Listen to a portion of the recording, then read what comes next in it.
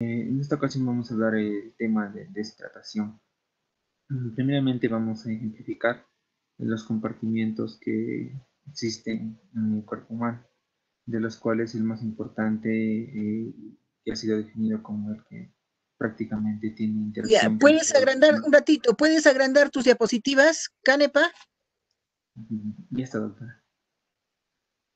Ya. Voy a empezar de nuevo. Ya. Primeramente vamos a tener unas nociones previas acerca de los compartimientos que hay en el cuerpo humano, dentro de los cuales el más importante es el líquido extracelular. Este compartimiento es importante porque este compartimiento interacciona o influye en los demás compartimientos, debido a que tiene dos clases de fuerzas que permiten que no solo el agua, sino también los electrolitos y diversos metabolitos que son importantes para la célula fluyan de manera adecuada y correcta. Podemos ver aquí un esquema donde están las concentraciones principales de electrolitos. Hay dos fuerzas que permiten interactuar o permiten el movimiento de agua de la manera correcta. Una es la fuerza del gradiente de concentración y la segunda es la fuerza del gradiente electroquímico. La primera fuerza está determinada sencillamente por la cantidad o por el espacio que ocupa el agua en tal compartimiento. Conocemos que la mayoría el 40% del agua va a estar dentro del compartimento intracelular, pero sin embargo el porcentaje que está en el compartimento extracelular va a ser importante porque este va a ser el que más se va a poder desplazar dependiendo de las situaciones en las que se presente el cuerpo humano. Asociado a esto, se ve que el gradiente de concentración depende mucho del lugar donde se presente. Hay lugares en el cuerpo humano donde el gradiente de concentración está más regulado que en otras partes.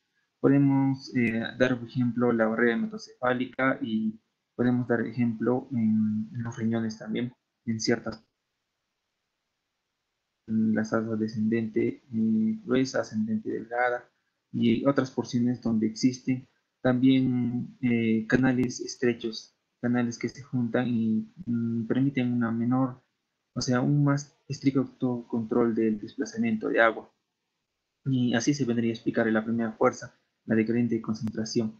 La segunda fuerza está determinada justamente porque existe una relación entre los solutos y el líquido que está presente en los espacios, ya sea este el medio intracelular o el líquido intracelular, dentro de los cuales, como hemos podido ver, experimentalmente no se puede calcular el agua precisamente de cada célula, eso no es práctico. Sin embargo, cuando nosotros queremos observar en un paciente las interacciones que tiene, o si ese paciente ha modificado su volemia, nosotros nos desplazamos o primeramente vemos solo los electrolitos en el líquido extracelular, dentro de los cuales el que más influye es el sodio, cuyas concentraciones se pueden ver que es más predominante en el líquido extracelular.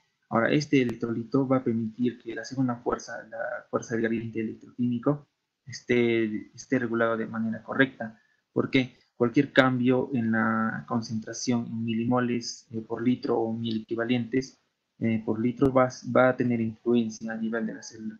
Y mucho depende de los canales que haya en la membrana. En diversas partes del cuerpo hay células que tienen canales específicos que les sirven para absorber de manera más adecuada el agua. Y en otras partes no está tan permitido eso, más está permitido una interacción mínima, porque en esas células más se prepondera la absorción de azúcar que la regulación de agua. Ya.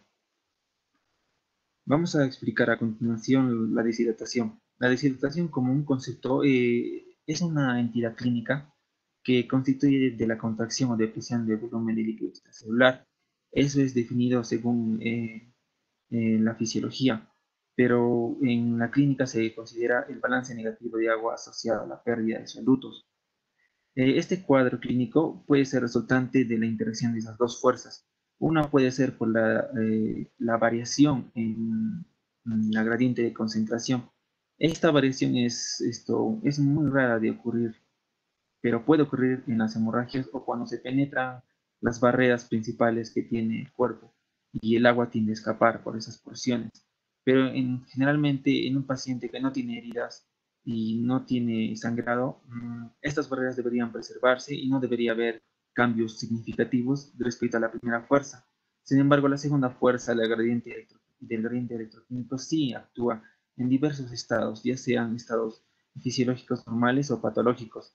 Es por eso que en el cuadro clínico nos vamos a interesar más en cómo el sodio influye en el agua, porque generalmente en las deshidrataciones tienen como clasificación, según la asociación con el sodio, la deshidratación de tres tipos: la isotónica, la hipotónica y la hipertónica.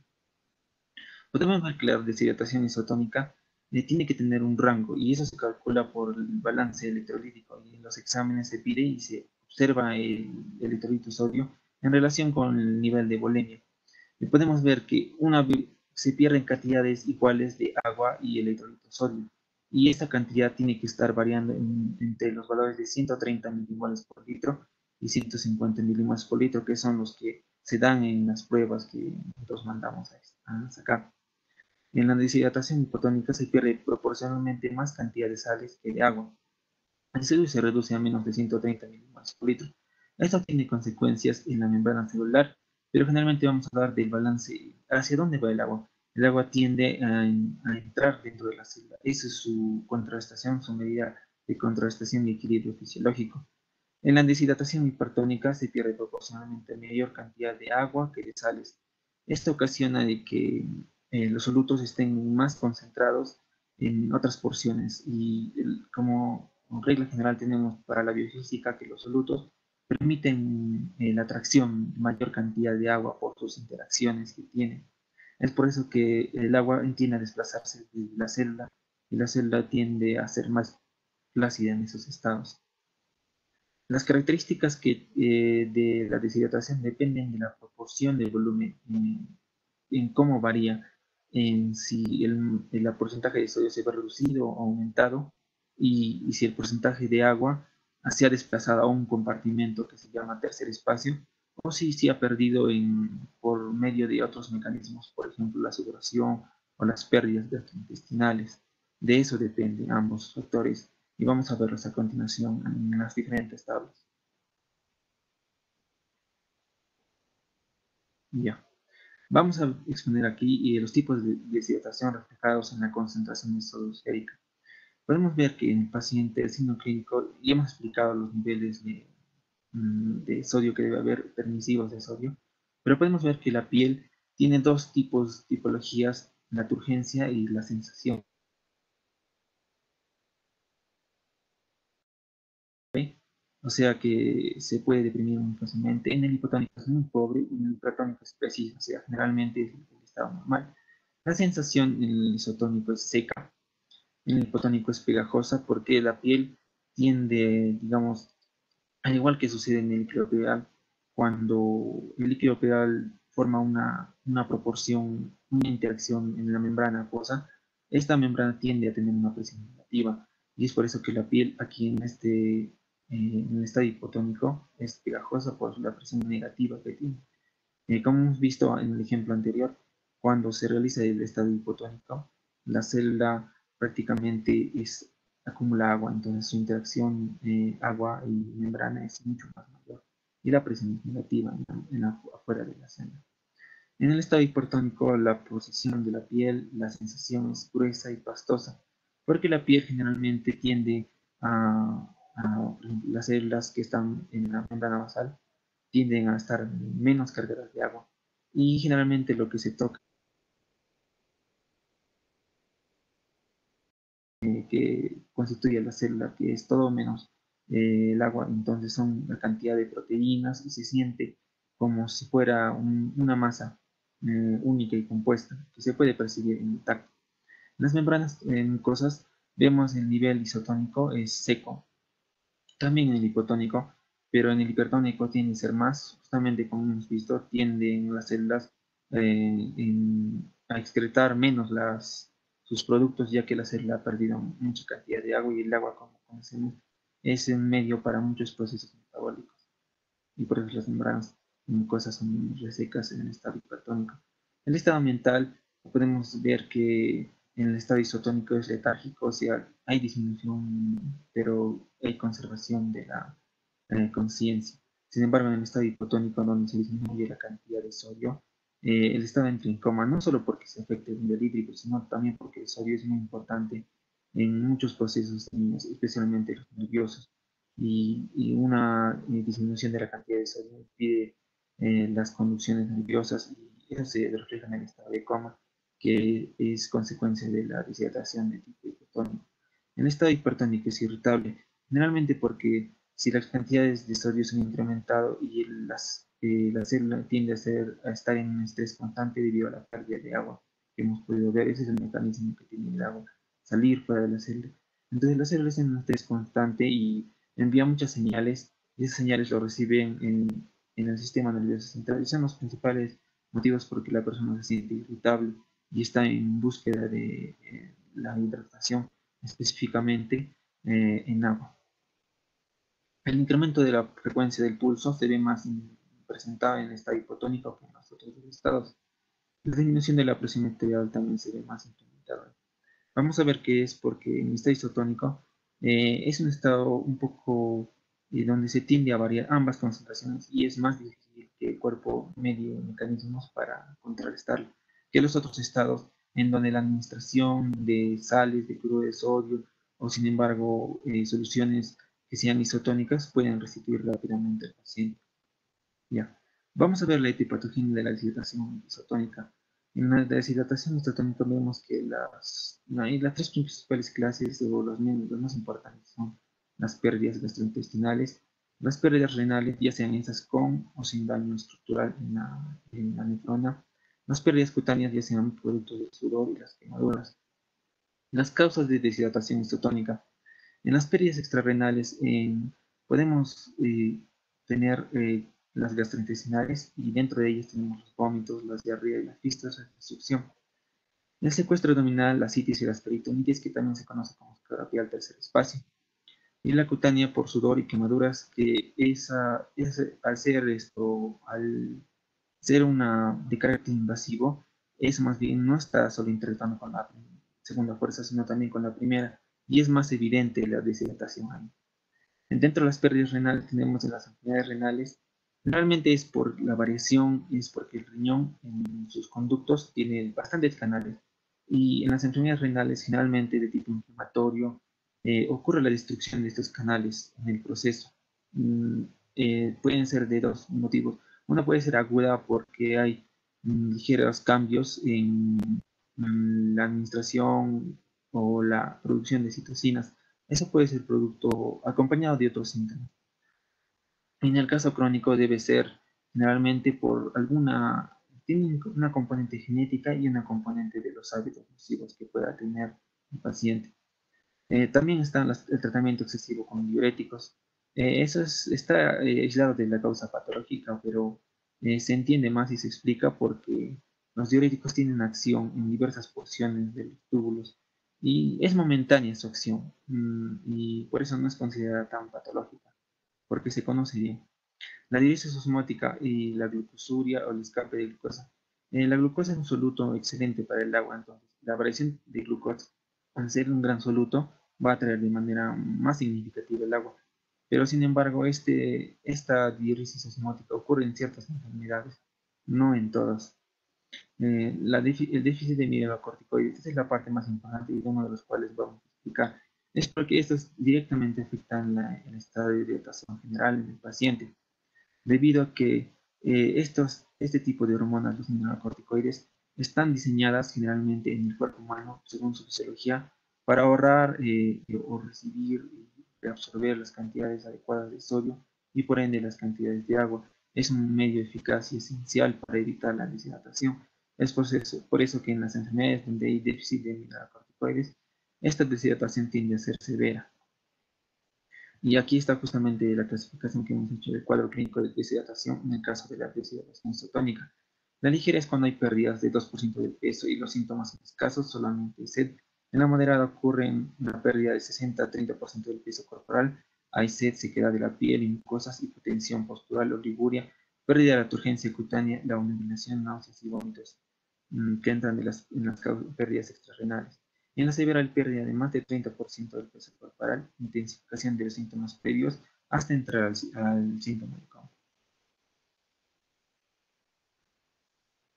Vamos a explicar lo que venía diciendo que es lo más importante o el que inmediatamente influye en la deshidratación. Poniendo ejemplo a la enfermedad de la insuficiencia suprarrenal primaria, la deshidratación común, como hemos podido ver, está presente en muchas enfermedades, pero vamos a identificar en cuáles de ellas ocurre antes. Generalmente es las enfermedades en que afectan a las hormonas que hemos podido ver y a los mensajeros mineralocorticoides. Podemos ver aquí un esquema donde vemos la pérdida, primero la causa primaria, la pérdida progresiva de tejido suprarrenal, condiciona los distintos procesos destructivos que permiten la pérdida de tejido córtico suprarrenal y la caída de los valores de cortisol. También tiene otro efecto, el aumento progresivo de la ACTH y le previene la disminución de la secreción de cortisol. Estos estados se llama estado vicioso de la retroalimentación positiva. Es porque a medida que empeora la condición del paciente, tiende menos a secretarse los mineralocorticoides y tiende menos a ahorrarse agua. Entonces, si el paciente tiene otro tipo de deshidratación, ya sea porque no está siendo administrado con la cantidad suficiente de electrolitos, esto tiende a complicarse. Y podemos ver por qué la deshidratación es tan importante en el déficit de mineralocorticoides. Vamos a seguir adelante. En la etiopatogenia de la deshidratación hipotónica. Las causas extrarrenales están identificadas en el caso del sodio cuando ésta sea inferior a 10 mil equivalentes en orina y las renales cuando ésta sea superior a 20 mil equivalentes. ¿Por qué se va a hacer esto? Vamos a explicarlo esto con este esquema. El esquema que tenemos acá es de una enfermedad que produce directamente pérdidas extrarrenales. Para el primer caso, vamos a ver que la pancreatitis es una enfermedad que no contiene, tiene como consecuencia el escape del líquido al tercer espacio. Este espacio, el espacio transcelular, es producido porque hay liberación de las propias enzimas del páncreas en la pancreatitis. Esto tiene consecuencias, tiene daño celular. Este daño celular genera apoptosis y necrosis. En el caso de que genera apoptosis, se pierden directamente los líquidos que hay. En el caso de que genera necrosis, la célula tiende a deteriorarse poco a poco y todos sus receptores tienden a perderse. Hay daño endotelial, generación de edema intersticial, y ese es el edema del escape del tercer espacio que se conoce, que proporciona o se identifica en este tipo de deshidratación hipotónica. Vamos a leer cómo se detalla esto. Pocos minutos después de desarrollarse la hipotonicidad, entra agua en el tejido cerebral dando lugar a edema y a una disminución de la osmolaridad del cerebro. En unas horas tiene lugar la restauración parcial del volumen cerebral como resultado de la pérdida de electrolitos. Eso se llama adaptación rápida. Es porque el cuerpo generalmente tiende a cambiar. Si algo ha cambiado en las concentraciones de electrolitos, se tiende a producir más canales o resolver de una manera más adecuada el sodio para que se pueda resolver el agua. Y sin embargo, esta adaptación rápida no funciona cuando hay este tipo de daño celular que vemos que genera apoptosis y necrosis. La normalización del volumen cerebral se completa en varios días mediante la pérdida de osmolitos orgánicos de las células. Esa es la adaptación lenta. La adaptación lenta solo puede ocurrir si se está regenerando completamente las estructuras enzimáticas que permiten resolver agua. En el caso de la pancreatitis, el escape de líquido al tercer espacio es evidente y conlleva una mayor deshidratación que puede evolucionar a una deshidratación de tipo severa.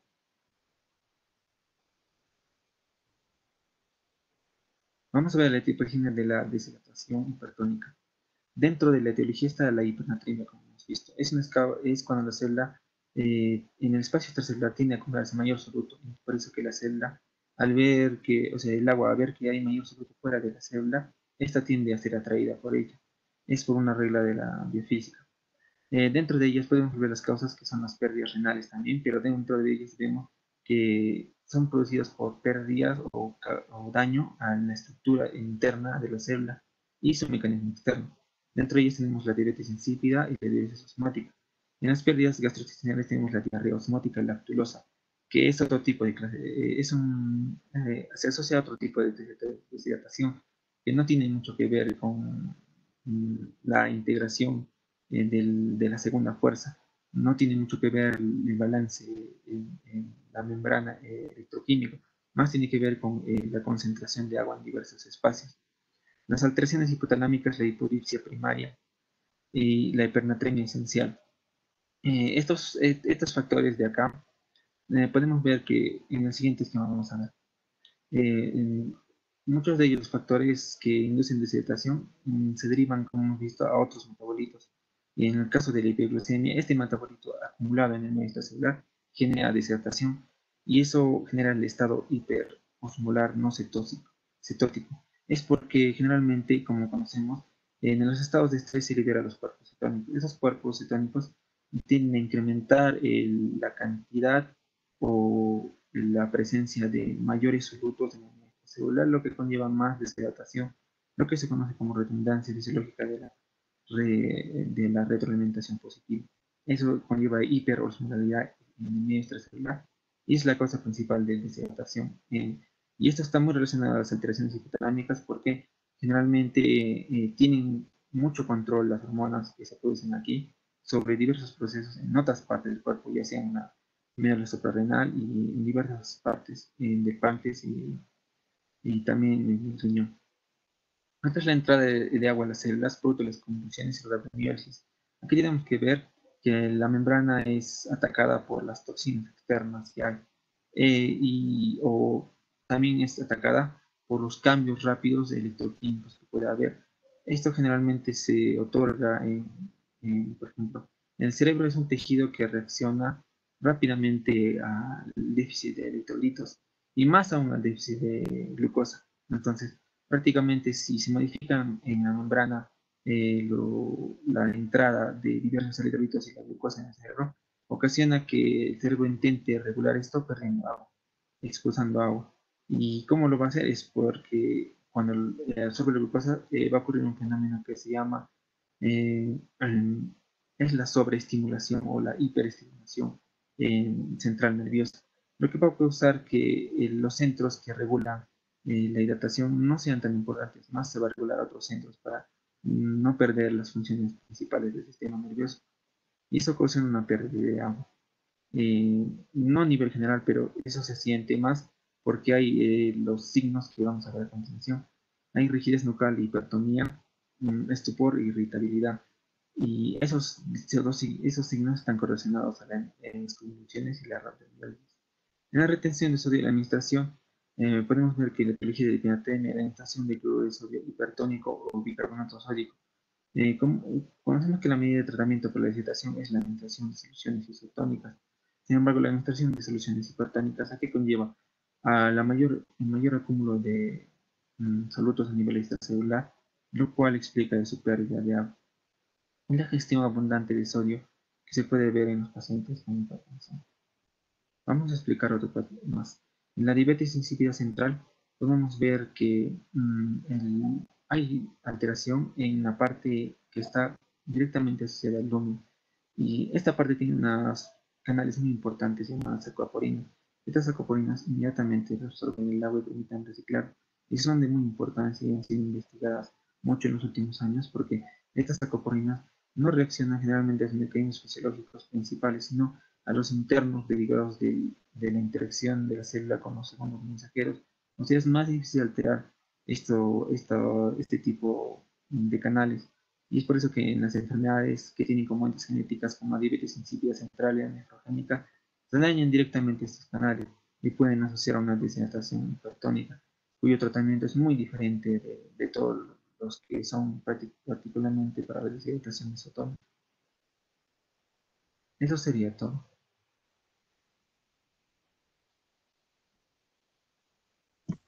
Ya bien, ¿alguien quiere hacer alguna pregunta? Ya, a ver, alumno Canepa, ¿cuál es la relación entre el LIC y el líquido intracelular y el líquido extracelular? Disculpe, doctora, se perdió la conexión, no me puede escuchar. ¿Puede repetir la pregunta, por favor? Sí, ¿cuál es la relación del LIG y el EG? La relación. Sí, La relación sí, de líquido. es de 20-40, es 1/3. ¿Cómo? La proporción es el 60% de agua, el 20 y el 40, 1/2, un medio. 1/2. Bueno, ya, ahora, respecto al, a ver, ¿dónde está el estera?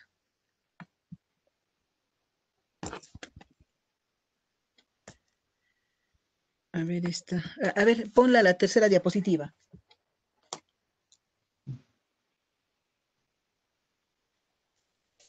Acá.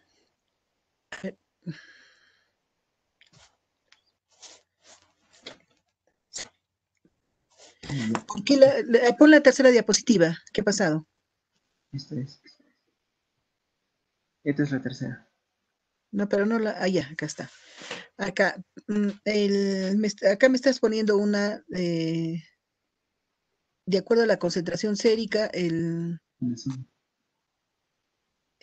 más prácticamente el cuadro clínico, ¿no? Sí, el cuadro clínico. Ya, entonces, si es una isotónica, hay disminución de la presión arterial, ¿sí? Severa. Si hay una hipotónica, hay un descenso de la presión arterial, pero leve.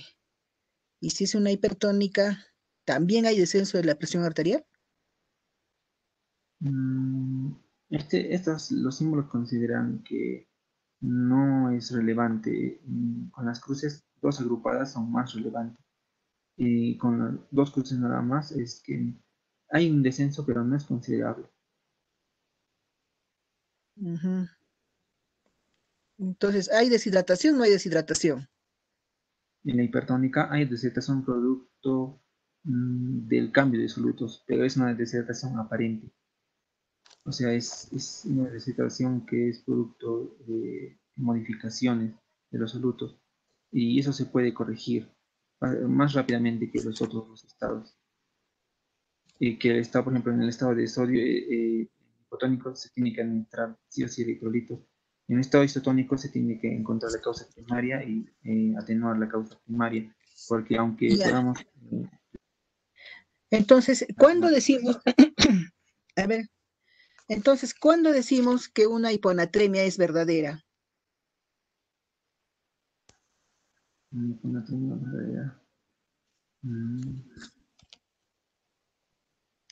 Porque tu cuadro lo estás mostrando más en relación al el cuadro clínico, los tipos de hidratación de acuerdo a la cantidad de sodio, ¿no es cierto? Entonces, ¿cuándo Sí. nosotros llamamos que una hiponatremia es verdadera? Mm, ¿Alguien cuando de tus compañeros supera lo puede ver? ¿Ah? mm, menor a 115. Ya, a ver, ¿alguno de tus compañeros que quiera ayudarte?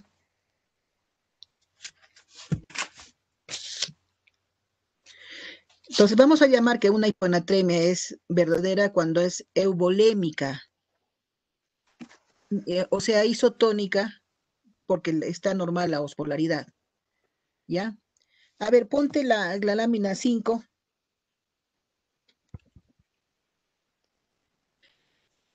Ahí acá. está.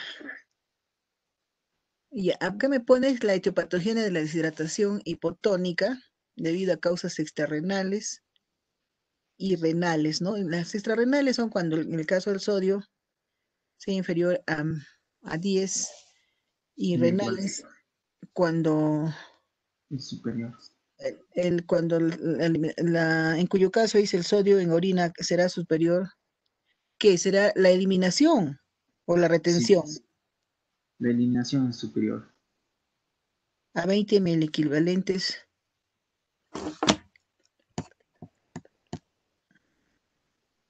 20 mil equivalentes. Bueno, pero según la otra literatura, es igual para los dos, 20 mil equivalentes. Mm, Bueno, ya, a ver, cuadro clínico, pocos minutos puede desarrollarse la hipotonicidad entre el agua al tejido cerebral, dando lugar al edema y a una disminución de la osmolaridad del cerebro. Y del cerebro en unas horas tiene lugar la restauración. ¿Y cuál sería la primera causa de las causas extrarrenales? sí, es de las causas extrarrenales. ¿Cómo? Es de las causas extrarrenales, esa parte. Sí, pero ¿cuál es la primera causa de las extrarrenales? Mm, La primera causa de las extrarrenales es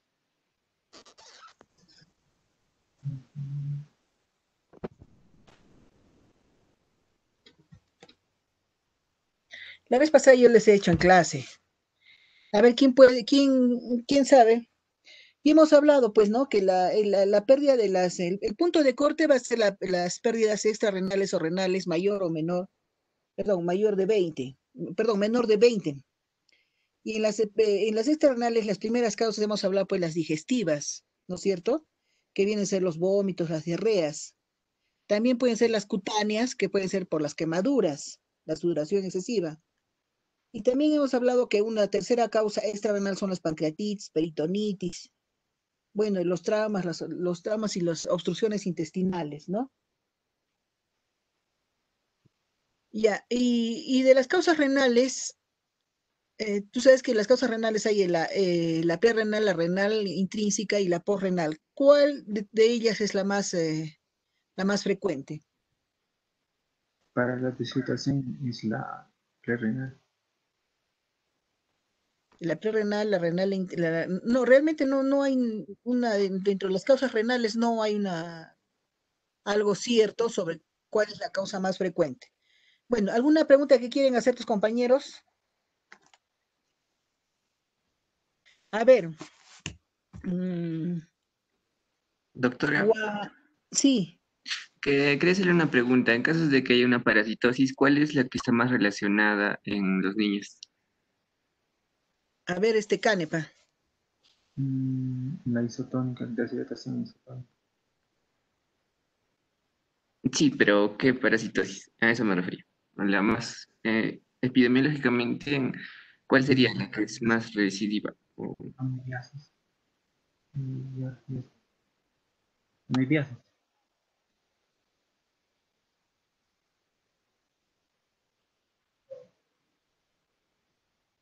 A ver, ¿qué ha respondido Canepa? ¿Giardia o ameba? Amiba.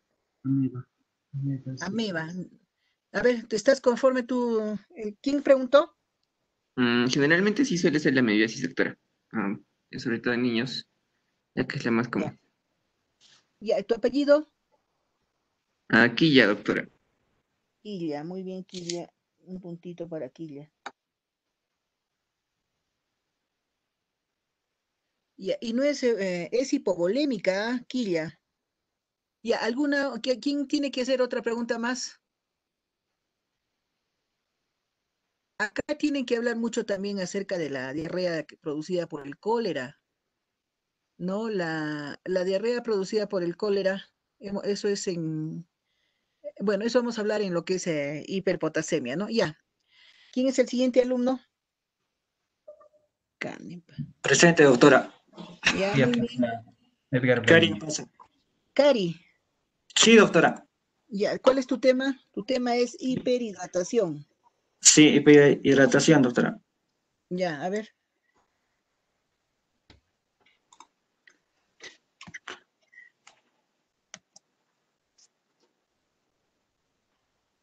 ¿Se ven las diapositivas? Sí, sí se ven, sí se ven. Se escucha también, ¿no? Sí. Sí. Sí, Bien, doctora, compañeros, tengan ustedes muy buenas tardes. Continuando con la exposición, pasaremos a lo que es la hiperhidratación. La hiperhidratación, también conocida como la intoxicación hídrica, es una afección que se produce al beber demasiada agua, lo que altera el equilibrio de electrolitos, principalmente el sodio, y se da en el compartimiento extracelular.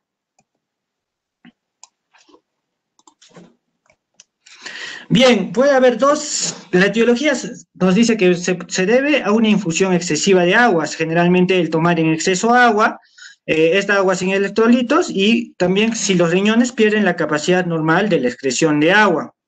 En este exceso de agua va a dar una dilución extracelular, y esta va a causar que un descenso de la presión osmótica y el cese de la hormona antidiurética y causando una diuresis.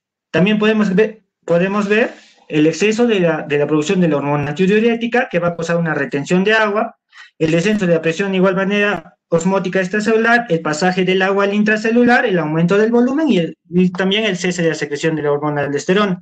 que lo veremos mejor en la clasificación. Al igual que la deshidratación, la hiperhidratación se clasifica en 3, ¿no? Según la cantidad de sodio que hay en el espacio extracelular. Podemos hablar de una hiperhidratación isotónica, una hiperhidratación hipotónica y una hiperhidratación hipertónica. En la isotónica nos dice que va a haber un aumento proporcionado de sodio y agua en el espacio extracelular. En la hiperhidratación hipotónica nos dice que va a haber un aumento predominante de agua y esta va a estar asociada principalmente a la hiponatremia por dilución, que lo vamos a ver más adelante. Y la hiperhidratación hipertónica se va a dar una ganancia predominante de sodio con respecto al agua. Para eso tenemos que ver cómo se mueve el agua y para entender mejor. El transporte del agua de compartimiento extracelular e intracelular o del intracelular extracelular se va a dar por ósmosis. Y esto nos refiere que va a ser de una zona de mayor concentración de agua, pero menor concentración de electrolitos activos, a una zona de menor concentración de agua, pero de mayor concentración de electrolitos activos. Y aquí hay un factor importante que va a influir, que es la presión osmótica. Y la presión osmótica va a decir la cantidad exacta de presión necesaria para detener el paso normal del agua, es decir, la ósmosis. Entonces la presión osmótica se va a oponer a este movimiento. Por lo general, la hiponatremia denota hiperhidratación del espacio intracelular. Bien, empecemos por lo que es la hiperhidratación isotónica. En la hiperhidratación isotónica, como dijimos anteriormente, va a haber un aumento proporcionado de agua y de sodio, pero ¿dónde? En el espacio extracelular. Se va a mantener una osmolaridad normal, por ende, no va a haber un gradiente y una presión osmótica que pase el agua del espacio extracelular al intracelular. En esta vamos a hablar de una respuesta local y una respuesta sistémica. En la respuesta local, al no haber cambios osmóticos, no va a haber una presión osmótica que dé un desplazamiento de agua del espacio extracelular al espacio intracelular. Y en una hiperhidratación isotónica, en la respuesta sistémica, generalmente todas las hiperhidrataciones son hipervolémicas y estas van a estimular a los mecanorreceptores para que se dé la secreción del péptido natriurético auricular y aumento de la eliminación de sodio y agua, ¿no? Podemos encontrar edemas, la ganancia de peso no se manifiesta mucho, hay una hipertensión arterial en ocasiones, y los datos del laboratorio nos dicen que el sodio y la osmolaridad del sodio va a ser normal, ¿no? Y no va a haber grandes cambios. En lo que respecta a la hiperhidratación hipotónica, vemos que va a haber un descenso de la osmolaridad y de la cantidad de sodio. ¿Qué va a pasar en lo que es la respuesta local? Al haber un descenso va a haber una disminución de la presión osmótica y va a haber el paso del agua del espacio extracelular al espacio intracelular. Generalmente la hiperhidratación hipotónica, y tomar en cuenta, se va a dar una secreción inapropiada de la hormona antidiurética, y esto es el fallo de la retroalimentación negativa de la hormona antidiurética. ¿Y qué va a pasar cuando va a haber un fallo del ADTH? Va a haber una mayor reabsorción de agua, y esta agua no va a ser controlada, entonces va a haber una mayor concentración de agua en el espacio extracelular, va a diluir a lo que es el sodio, y hay una menor presión osmótica, y va a pasar el agua al espacio intracelular. En lo que respecta a la respuesta sistémica, igual va a haber una hipervolemia moderada, se va a estimular los mecanorreceptores, la secreción del péptido natriurético auricular y mayor eliminación de sodio y agua. En lo que respecta a la hiperhidratación hipertónica, hay un mayor aumento de sodio con respecto al agua en el espacio extracelular. Por ende, va a haber una mayor osmolaridad, va a haber una mayor cantidad de sodio. Generalmente, esta se da por un hiperaldosteronismo, es decir, la reabsorción de sodio va a aumentar en lo que vendría a ser el túbulo distal y los túbulos colectores, y va a haber mayor sodio, ¿no?, en el espacio extracelular. Disminuye la presión osmótica del espacio extracelular, el osmolar aumenta, y da el paso del agua del espacio intracelular al espacio extracelular. Podemos encontrar una irritabilidad, un estado confusional, coma, ¿no? Y los datos analíticos vamos a tener lo que vendría a ser una hipernatremia o una hiperosmolidad, mayor cantidad de electrolitos activos, en el espacio extracelular. De igual manera, en la respuesta sistémica, se va a manifestar una hipervolemia, una secreción de péptido natriúrico auricular y aumento de eliminación de orina y de sodio y agua, ¿no? Bien, las causas en general de una hiperhidratación van a ser el exceso de líquido por vía endovenosa, pacientes intervenidos quirúrgicamente sobrepasando las densidades hídricas. Generalmente el 1% de pacientes hospitalarios pueden tener lo que vendría a ser la hiperhidratación y el 5% de pacientes postoperatorios, esto debido por exceso en las soluciones de administración. Bien, la hiperhidratación va a estar muy asociada a lo que vendría a ser la hiponatremia, ¿no? El reducir la presión osmótica del líquido extracelular en relación al líquido intracelular. El cuadro clínico, vamos a verlo de acuerdo a la intensidad y el grado de donde existe desvío de agua hacia el tejido extracelular. Podemos ver un edema en la cara generalizado, una anasarca, una ascitis en la cavidad peritoneal, un derrame pleural, una insuficiencia respiratoria con congestión pulmonar. En los casos más graves, ¿no? Como es la intoxicación hídrica, podemos ver como lo que vendría a ser delirios, confusiones, confusión mental, podemos ver una taquicardia en las vías respiratorias, tos, estertores, ingreso de agua a los alvéolos, podemos ocasionar un edema agudo de pulmón.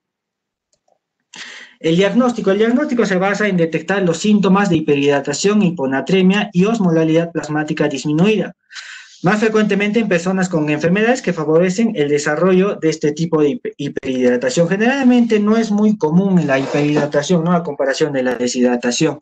En los exámenes complementarios, ¿qué podemos encontrar? Un sodio sérico menor a 135 miliequivalentes litros, una hiponatremia, hematocrito disminuido por el fenómeno de la dilución, ¿no? Mayor cantidad de agua, los electrolitos, principalmente el sodio, se va a diluir, una función renal urea dependerá de la insuficiencia renal y la densidad de la orina estará disminuida.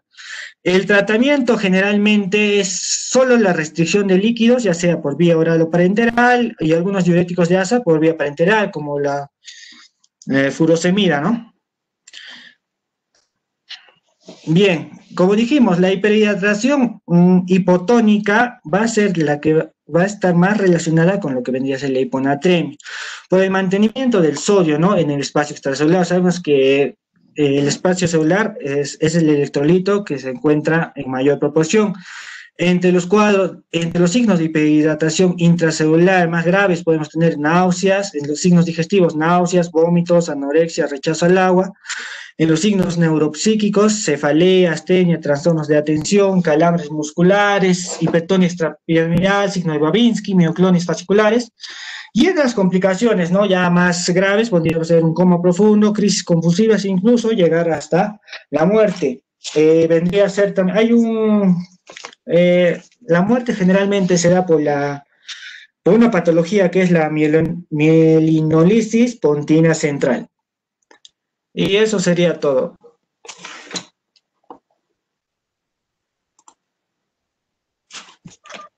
Ya, muy bien. A ver, Chambi, ¿alguna pregunta para tu compañero?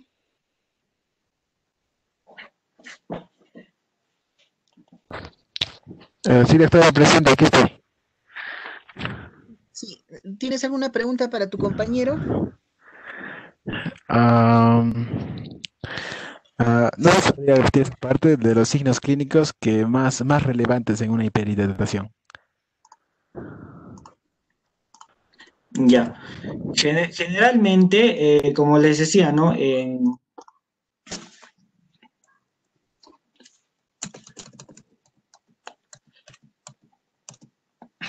En un signo de hiperhidratación intracelular, es decir, que cuando el paso del agua del espacio extracelular va al intracelular y se va a dar una hiperhidratación total, podemos ver cuadros muy complicados como es el coma profundo, las crisis compulsivas, cefaleas, náuseas, vómitos, anorexia.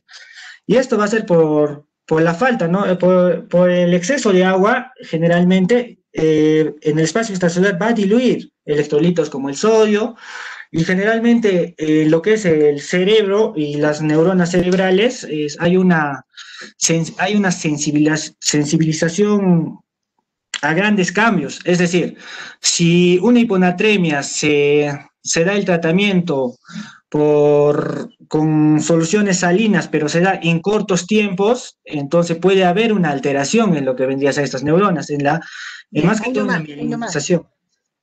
Ya, ahí nomás. A ver, Monroy. Pregunta, doctora. A ver, ¿qué es la rhabdomiolisis pontina o la mielinolisis pontina? La mielonolisis pontina. Sí, sí.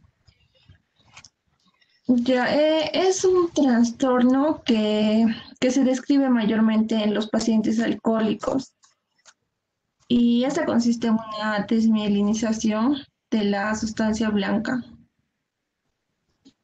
Y a ver, ¿estás de acuerdo, Cari? Sí, doctora, es un síndrome, principalmente se da a pacientes alcohólicos y es una desmielinización, ¿no?, de la sustancia blanca cerebral. ¿Cómo? Si ahorita has hablado tú de la corrección que se hace en los estados de hiperhidratación intracelular hiponatrémica. Sí, sí, doctora. ¿Qué se produce? Cuando haces una corrección rápida, estás hablando, ¿qué se produce? Unos cambios rápidos en lo que vendría a ser la desmielinización en las neuronas. Por eso, una rhabdomiolisis o una desmielinización pontina. Sí, sí, doctora. Ya. Entonces, ¿qué vendría a ser eso?